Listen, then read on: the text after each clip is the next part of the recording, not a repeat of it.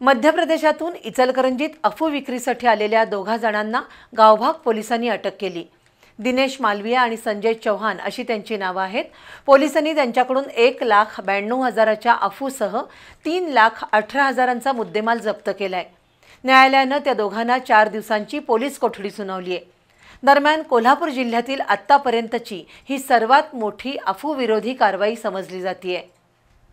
इचलकरंजीतील थोरात चौक परिसरात अफू विक्रीसाठी इसम येणार असल्याची माहिती पोलिसांना मिळाली। त्यानुसार सोमवारी रात्री 10 वाजण्याच्या सुमारास पोलिसांनी खवरे मार्केट कमानीजवळ एक संशयास्पद 4 चाकी वाहन थांबवलं। त्या वाहनाची तपासणी केल्यावर प्लास्टिक पिशवीत ठेवलेला 1,92,240 रुपयांचा द्रवरूपातील 1 किलो 68 ग्रॅम अफू सापडला। अफूचा साठा, 4 चाकी वाहन, 2 मोबाईल आणि रोख 5,900 रुपये असा एकूण 3,18,140 रुपयांचा मुद्देमाल पोलिसांनी जप्त केला। या प्रकरणी मध्य प्रदेशमधील दिनेश मालविया आणि संजय चौहान या दोघांना पोलिसांनी अटक केली आहे। न्यायालयाने त्यांना 4 दिवसांची पोलीस कोठडी सुनावली।